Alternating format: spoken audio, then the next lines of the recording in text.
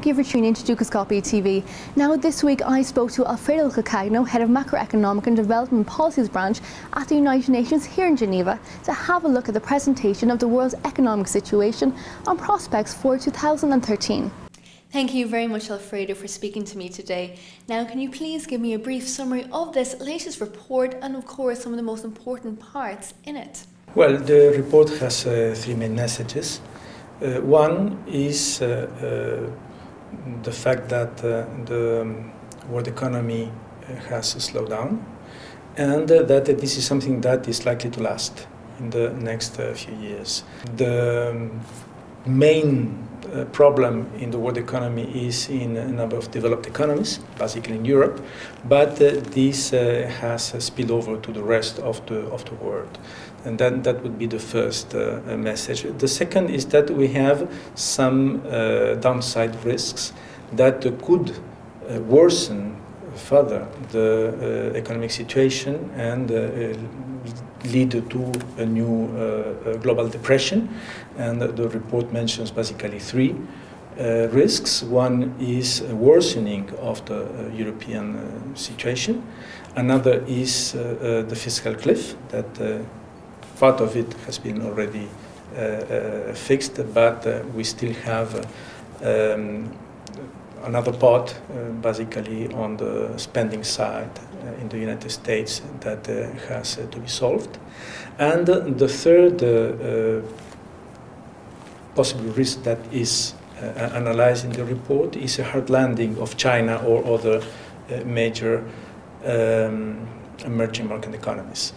And the third message is that the policies that are being implemented in order to handle the crisis, in many cases, are not the right ones. That the policies may be part of the problem rather than the solution, and this should be changed. And basically, the report mentions fiscal austerity as a problem because it is focusing too much on fiscal consolidation in the short run, while it should, on the contrary, try to use all the fiscal space in order to recover growth and really try to go towards a fiscal consolidation in the medium or the long term. So these are basically the three messages. The relatively bad economic situation right now, the fact that it may be even worse, and in order to avoid that and to recover growth and jobs, we should change the economic policies. And you mentioned the fiscal cliff plays a very important role in this report. Now, can you tell me your views on averting the fiscal cliff and, of course, what Barack Obama did and did not successfully achieve? Barack Obama achieved only part of what he intended to achieve. I think that his main idea, that is to reduce some stimulus by increasing taxes to the rich, would have been something not much costly in terms of activity, because rich people save a lot, and very effective in terms of recovering income. So this is something that has been partially achieved, and that is a reasonable way. What we have insisted in this report is that reducing inequality is a good policy for exiting the crisis, because you are taking money from people who save a lot to people who expend a lot. So it is socially and politically a good thing, and economically as well. The rest has very much to do with not really what Obama wants, but or other parties want, but what can be achieved through difficult negotiations. And well, we are all waiting to see the result. Now, over the last few months, the looming fiscal cliff was hitting headlines across the media, something many policymakers were very concerned about. If we compare it to Europe, do you think this fear for austerity was irrational or something that should have been perceived in a bit more of a positive light?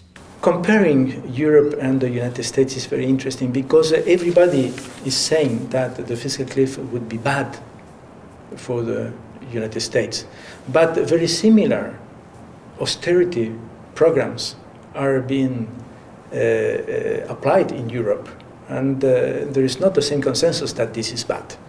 No, that it is for me a mystery why this kind of very tough fiscal policy is bad in the United States but good in Europe, in the view of some policymakers. And finally, in terms of recovery, in your view, what do you think really needs to be implemented? In terms of overcoming the crisis, you must give the people the perspective that they are going to be better at a foreseeable horizon. This is not happening. I think that this is not happening. It is not just a question of communication.